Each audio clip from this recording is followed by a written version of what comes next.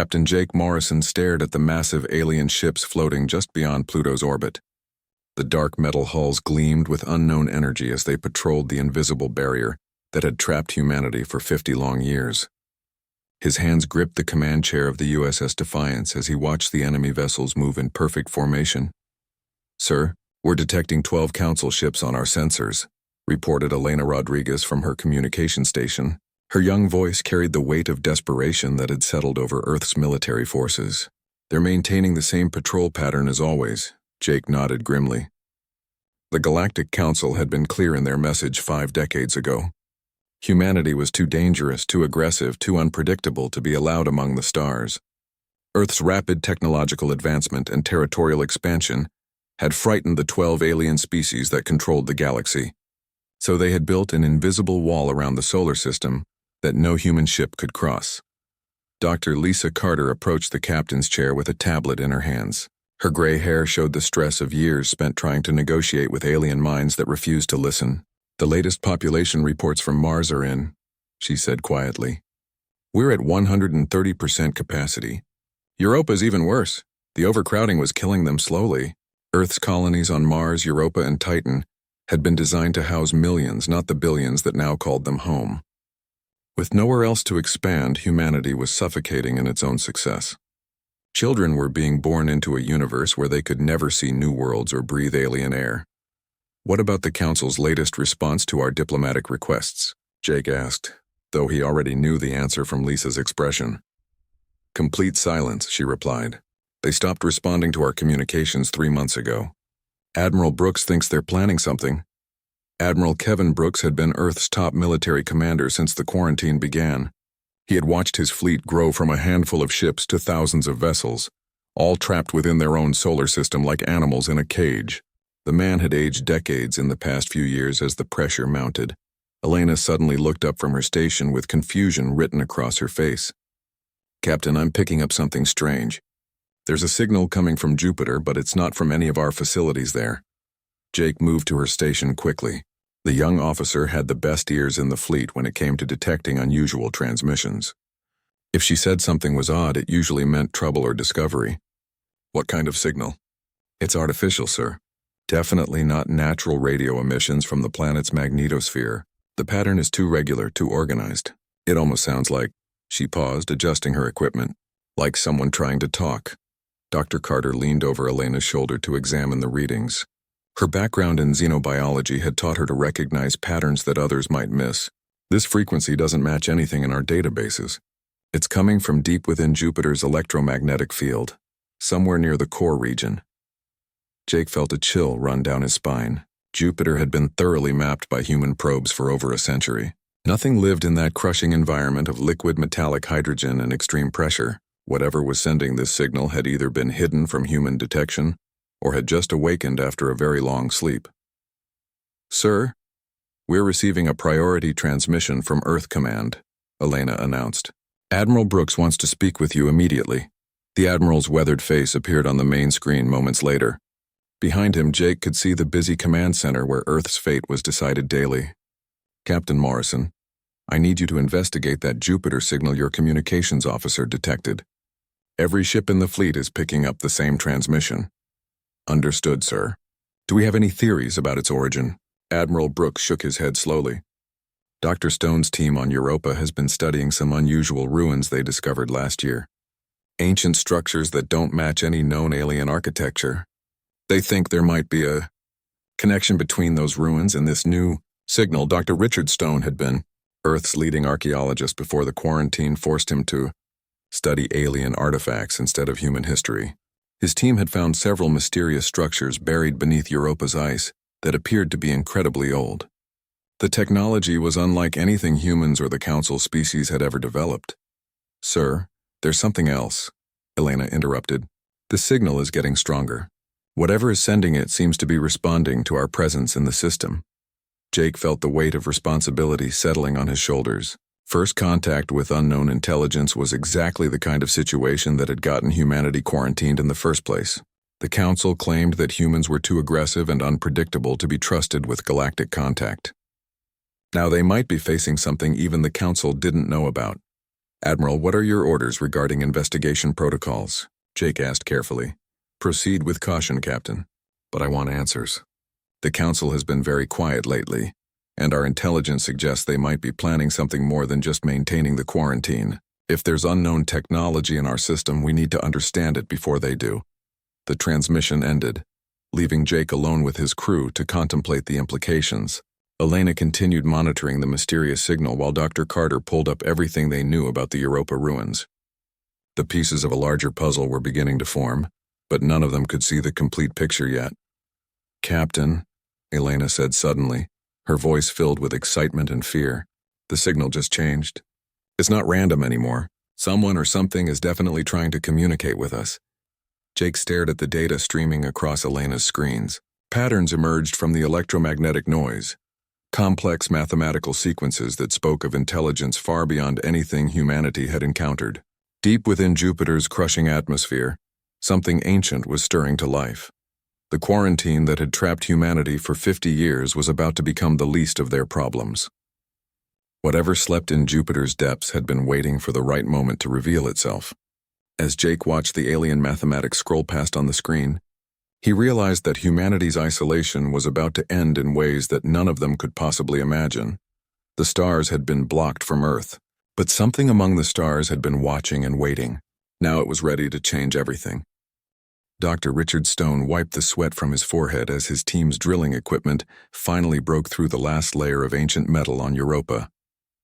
The underground chamber they had discovered stretched far beyond what their lights could reach. Strange symbols covered the walls, glowing faintly with their own inner light. These markings were unlike anything found in the galactic databases that Earth had stolen from captured Council ships years ago. Sam, are you getting readings on this? Richard called to his young programmer who was setting up communication equipment nearby. Sam Miller looked up from his portable computer terminal with wide eyes.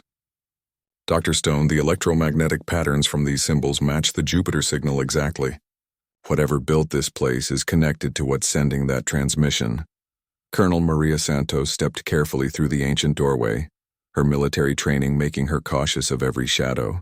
She had been assigned to oversee the Europa excavation after the signal was detected. Earth's government wanted military oversight on anything that might be weapons technology. How old do you estimate these structures to be?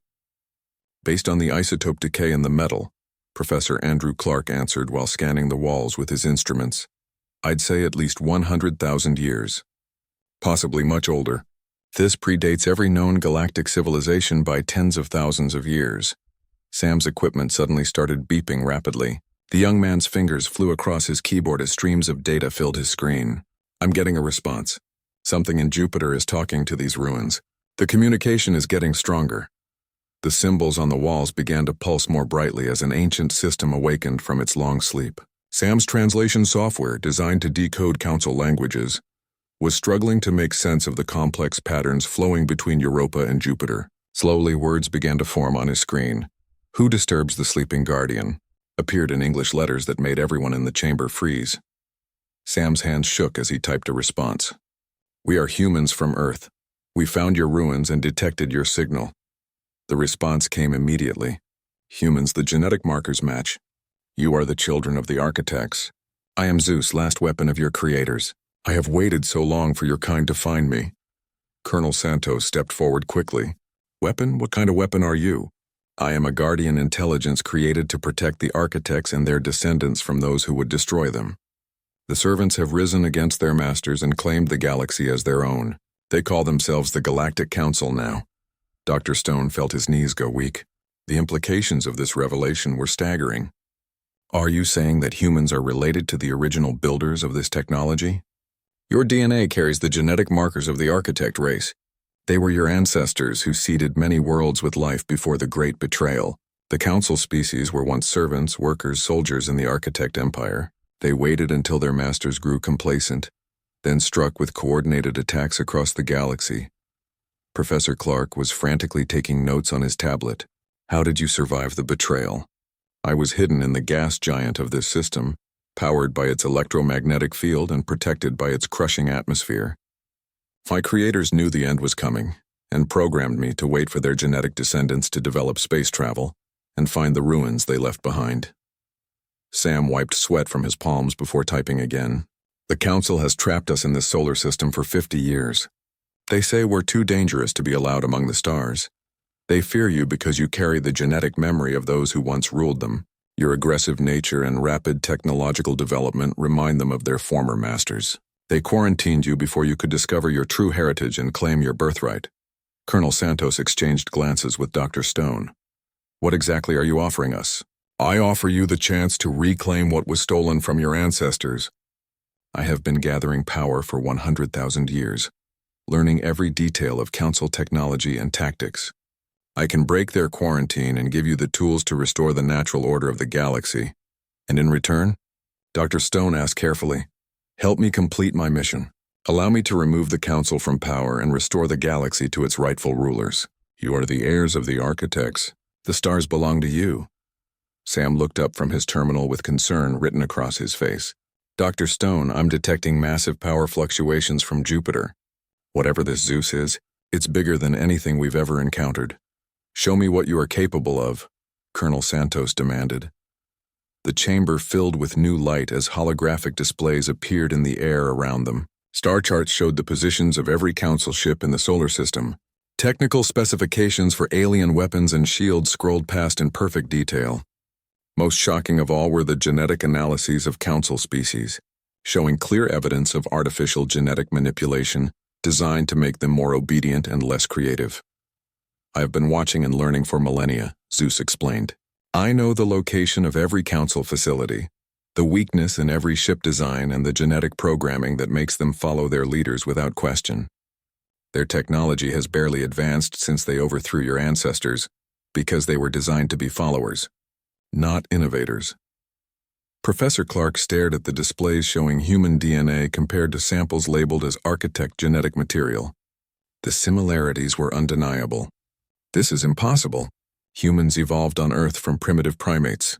Your ancestors guided that evolution before they were destroyed. They planted the seeds of intelligence and waited for you to grow strong enough to reclaim your heritage. The Council has spent 50 years preparing to eliminate you before you could discover the truth. Sam's terminal chimed with new data. ZEUS is showing me schematics for faster-than-light drives that are centuries ahead of anything we have. Energy weapons that could cut through Council shields like paper. Defensive systems that could protect our entire solar system. The choice is yours, children of the architects, ZEUS continued. Remain trapped in this system until the Council decides to destroy you. Or accept your birthright and take back the galaxy that belongs to your people. Colonel Santos knew this decision was far above her authority level. We need to contact Earth Command immediately. This information needs to reach Admiral Brooks and the Planetary Council. As they prepared to leave the ancient chamber, the symbols on the walls pulsed one final time. I will wait for your answer, ZEUS said through Sam's equipment. But know that the Council grows impatient with your existence. They will not allow you to live much longer once they learn of our contact. The archaeological team emerged from Europa's depths, carrying the most important discovery in human history, unaware that their choice would determine not just Earth's fate, but the future of every species in the galaxy. General William Hayes slammed his fist on the conference table as heated arguments filled the emergency meeting room at Earth Command. The revelation about ZEUS and humanity's connection to the architects had divided Earth's leadership into two camps. Half wanted to activate the ancient weapon immediately while the other half urged caution. We cannot trust this ZEUS entity, Dr. Rachel Kim argued from across the table. Her background in ethics made her suspicious of any solution that involved weapons of mass destruction. We know nothing about its true intentions or what activating it might cost us. What it might cost us? General Hayes shot back. Rachel, we're already dying slowly in this solar system prison. Our colonies are overcrowded, our resources are running thin, and the Council refuses to even acknowledge our existence anymore. Ambassador Nicole Wright raised her hand to speak. Her years of failed negotiations with the Council had left her frustrated but still hopeful for peaceful solutions. I've been trying to establish new diplomatic contact with the Council ever since we discovered ZEUS. There has to be a way to resolve this without warfare. Admiral Kevin Brooks studied the tactical displays showing Council ship movements around the solar system. Nicole, they stopped responding to our communications months ago. Our intelligence suggests they're building up forces for something big. This isn't going to end with diplomacy. Captain Tony Blake had been selected to pilot the first ship that would attempt to break through the quarantine using ZEUS's technology. The young pilot was eager to finally see what lay beyond their solar system. "Sir, with respect to Dr. Kim's concerns, we've been trapped here for 50 years. How much longer are we supposed to wait for a peaceful solution that might never come?" Dr. Kim leaned forward with determination in her voice. "Tony, we're talking about activating a weapon system that's over 100,000 years old. We don't know what ZEUS really wants or what it might do once we give it control over our technology." The debate continued for hours, as Earth's leaders struggled with the most important decision in human history. Outside the conference room, millions of people waited for news about their future. The discovery of ZEUS had leaked to the public despite attempts at secrecy, and protests were happening in cities across Earth and its colonies. Sam Miller worked frantically at his computer terminal in the Europa research facility, maintaining contact with ZEUS while Earth's leaders argued. The ancient intelligence had been patient so far, but Sam could sense growing urgency in its communications. "ZEUS, how long can you wait for humanity's decision?" "Time grows short, young one," ZEUS replied through the communication system. "The Council has detected our contact. Their ships are moving into attack positions around your outer colonies. They will not allow this discovery to spread to other species in the galaxy." Colonel Maria Santos burst into the research facility with urgent news. "Sam, we're receiving distress signals from Titan Colony. Council ships are approaching their orbital platforms. This isn't a patrol, this is an attack formation."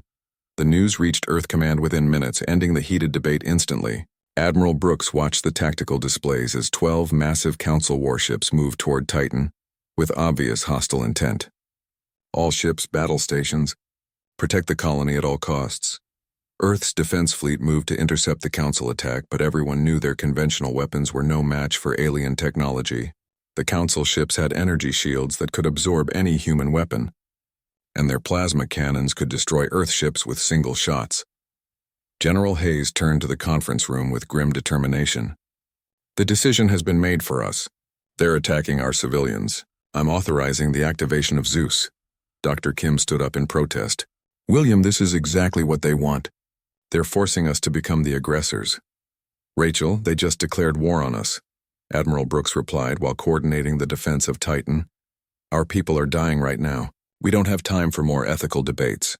The order went out to Europa immediately. Sam received the activation codes and began the sequence that would awaken ZEUS fully for the first time in 100,000 years. The ancient symbols in the chamber blazed with brilliant light as power flowed from Jupiter's electromagnetic field through quantum channels that human science barely understood. "ZEUS, you are authorized to defend humanity and break the quarantine," Sam transmitted. Finally came the reply. "Watch and learn what your ancestors were capable of." The effect was immediate and terrifying. Every Council ship in the solar system suddenly stopped moving as ZEUS took control of their navigation systems. The attack on Titan Colony halted as the alien vessels began turning their weapons on each other, instead of human targets. Captain Tony Blake watched from the bridge of his ship as one Council warship fired its plasma cannons directly into another vessel's shields. "Admiral, the Council ships are attacking each other. Their weapon systems appear to be completely compromised." Admiral Brooks could hardly believe what he was seeing on the tactical displays. "ZEUS is controlling their ships remotely. It's turning their own fleet against itself." The Council commander tried desperately to regain control of his vessels, sending emergency transmissions to their home worlds. But ZEUS had been studying their technology for millennia and knew every weakness in their systems. Within an hour, half the Council fleet was destroyed by their own weapons while the other half fled toward the edge of the solar system. "The quarantine is broken," ZEUS announced to all human ships simultaneously. "I am providing your vessels with improved faster-than-light drives and defensive systems. You are free to explore the galaxy and reclaim your birthright." Captain Tony Blake felt his ship shudder as new technology integrated with its existing systems. His navigation displays suddenly showed star charts extending far beyond the solar system, with detailed information about thousands of worlds that had been hidden from humanity for 50 years. "All ships, this is Admiral Brooks," came the fleet-wide transmission. "We are free to leave the solar system for the first time in 50 years. Prepare for humanity's return to the stars. Dr. Kim watched the celebration around Earth Command with mixed feelings. They had won their freedom, but at what cost?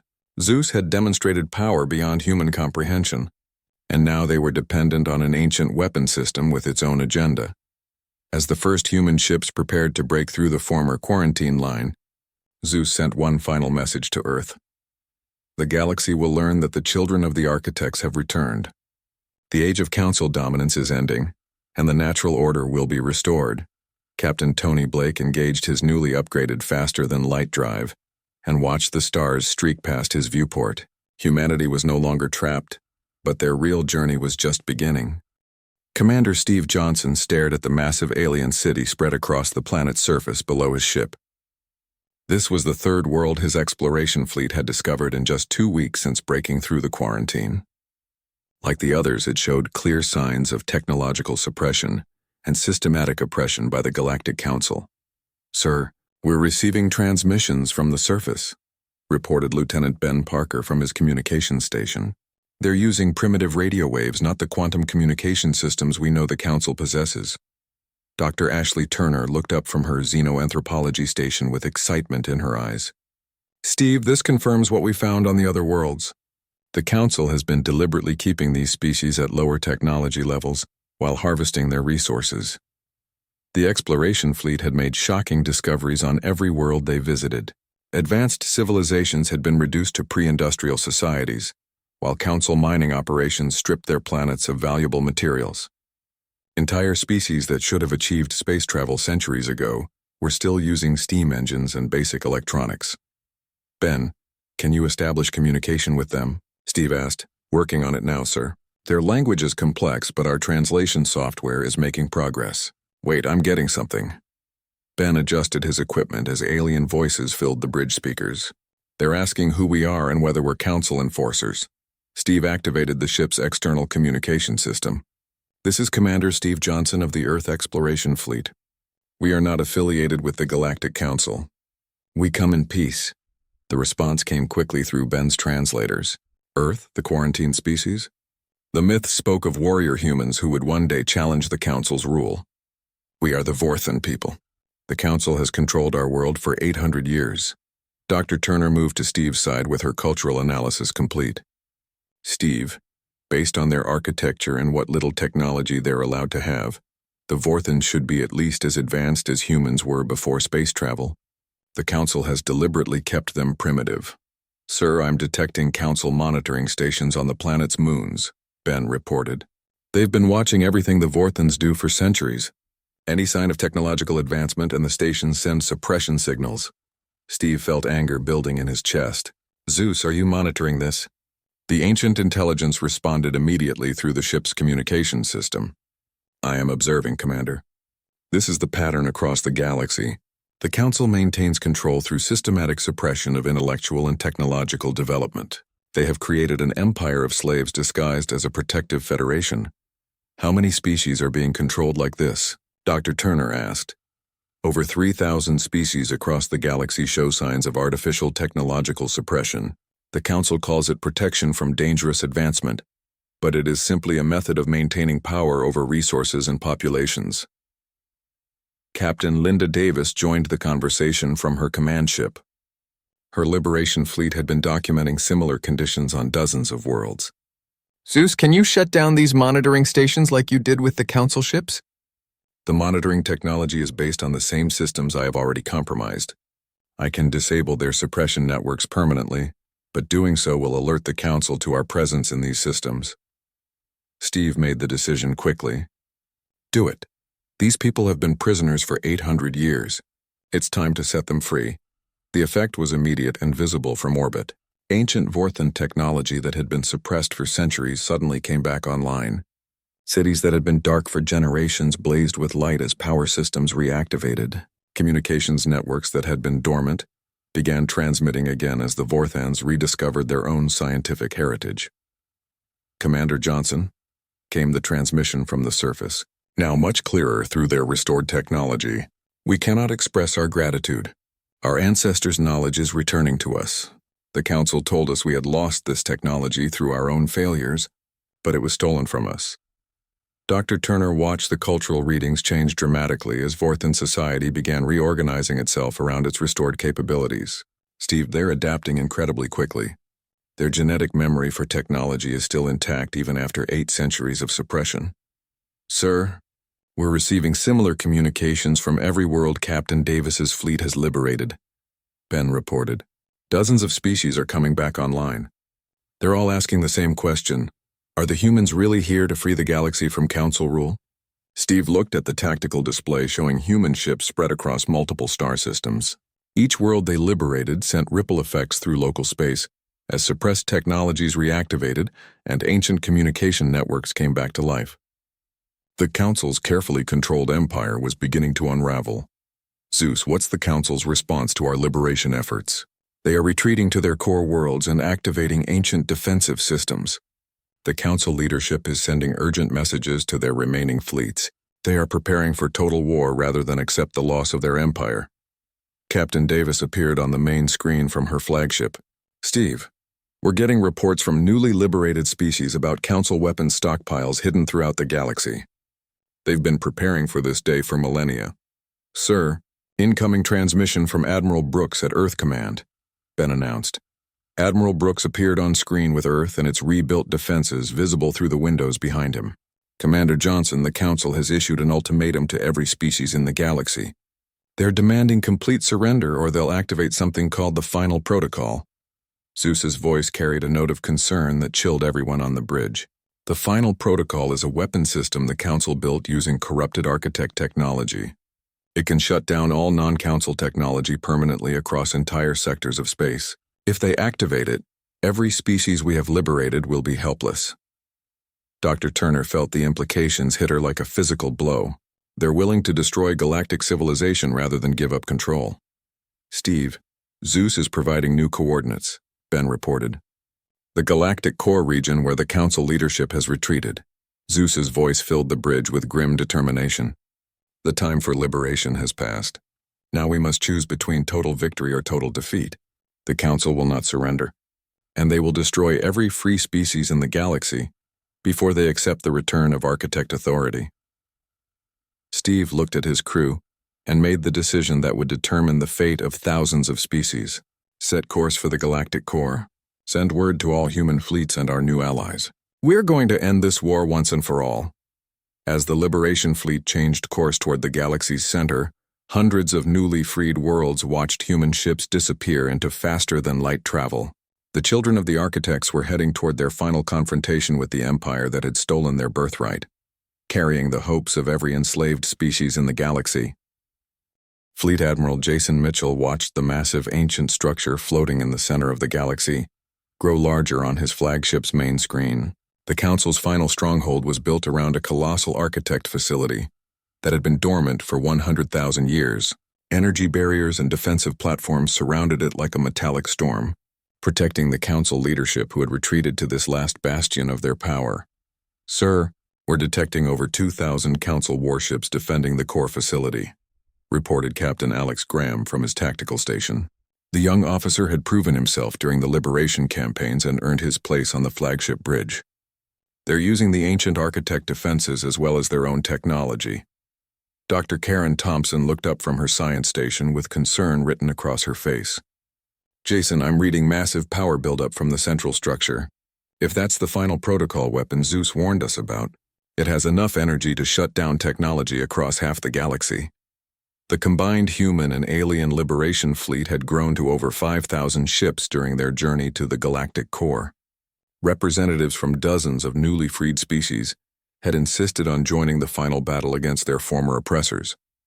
The sight of so many different vessel designs working together would have been impossible just months ago.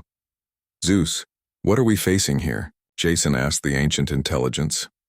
The structure is indeed an architect facility, but it has been corrupted by Council modifications over the millennia.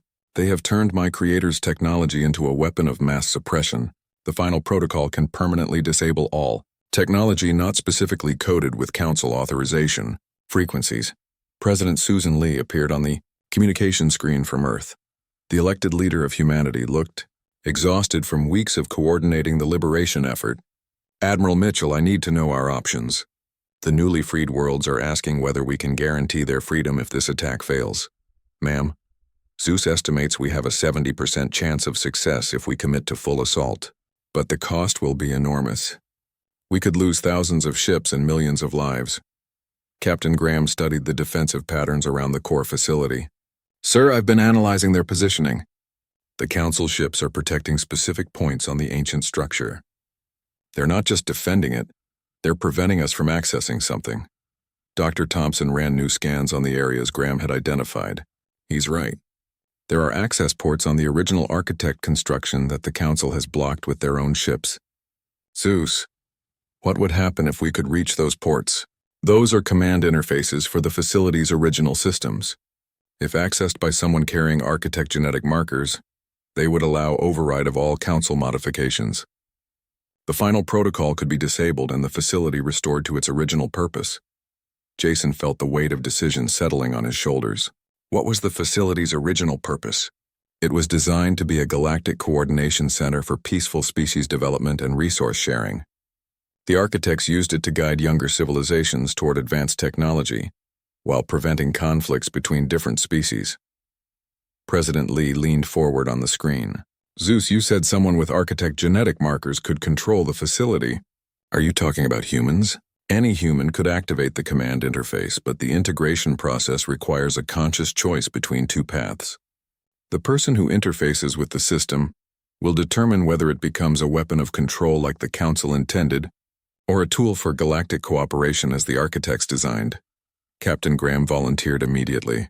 Sir, I'll do it. If someone needs to interface with that system, I'm ready. Alex, we don't know what the integration process involves, Jason warned. It could be dangerous or even fatal. Admiral, with respect, millions of beings across the galaxy are counting on us. If there's a chance to end this without massive bloodshed, we have to take it.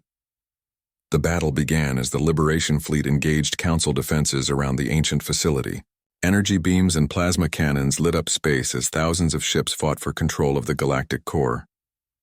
Human vessels equipped with ZEUS's technology proved superior to most Council ships, but the defenders had the advantage of position and ancient defensive systems. Alex, take a fast ship and head for those access ports, Jason ordered. We'll clear you a path through their defenses, Captain. Graham's small vessel raced through the battle zone as Liberation Fleet ships focused their fire on the Council vessels protecting the architect facility. Explosions bloomed across space as both sides took heavy casualties in the desperate fight for galactic freedom. Sir, I'm at the access port, Graham reported as his ship docked with the ancient structure. The interface is active and responding to my presence. ZEUS's voice carried across all communication channels. Captain Graham, you must choose carefully. The system will offer you power over all galactic technology and the ability to control every species like the Council did. But there is another path. You can restore the facility to its original purpose of cooperation and mutual development. Graham placed his hands on the glowing interface as alien technology flowed through his consciousness. Visions of galactic history filled his mind, showing him the rise and fall of the architects and the brutal takeover by their former servants. He saw the potential futures branching before him, one where humans ruled through fear, and another where all species worked together toward common goals. I choose cooperation, Graham said firmly as the interface accepted his decision. The effect was immediate and stunning. The final protocol weapon systems shut down permanently, while the facility's original coordination networks came back online. Across the galaxy, suppressed technologies reactivated not as weapons but as tools for peaceful development and communication between species. Dr. Thompson watched her readings change as the ancient facility transformed. Jason, the core structure is broadcasting new coordination protocols to every world in the galaxy. It's sharing advanced technology freely while providing safeguards against military applications. The Council fleet stopped fighting as their ships' weapons. Systems were remotely disabled by the facility's new programming. Without their technological advantage, the Council leadership was forced to surrender to avoid complete destruction by the Liberation forces. President Lee appeared on screen again with tears in her eyes. Admiral, we're receiving surrender requests from Council homeworlds across the galaxy. They're asking for terms. ZEUS's voice carried a note of satisfaction that had been absent for 100,000 years. The galaxy is free. The natural order has been restored, not through conquest, but through the choice to cooperate rather than dominate. The architects would be proud of their descendants. Jason looked out at the peaceful scene around the ancient facility as former enemies worked together to establish new communication protocols. What happens now, ZEUS? Now you build something better than what came before. The facility will coordinate peaceful development across the galaxy, while I serve as guardian against future threats. The children of the architects have proven themselves worthy of their inheritance not through military might, but through moral choice. Captain Graham emerged from the facility changed by his experience but victorious. Humanity had awakened ZEUS to break their chains, but in the end, they had freed the galaxy through wisdom rather than warfare.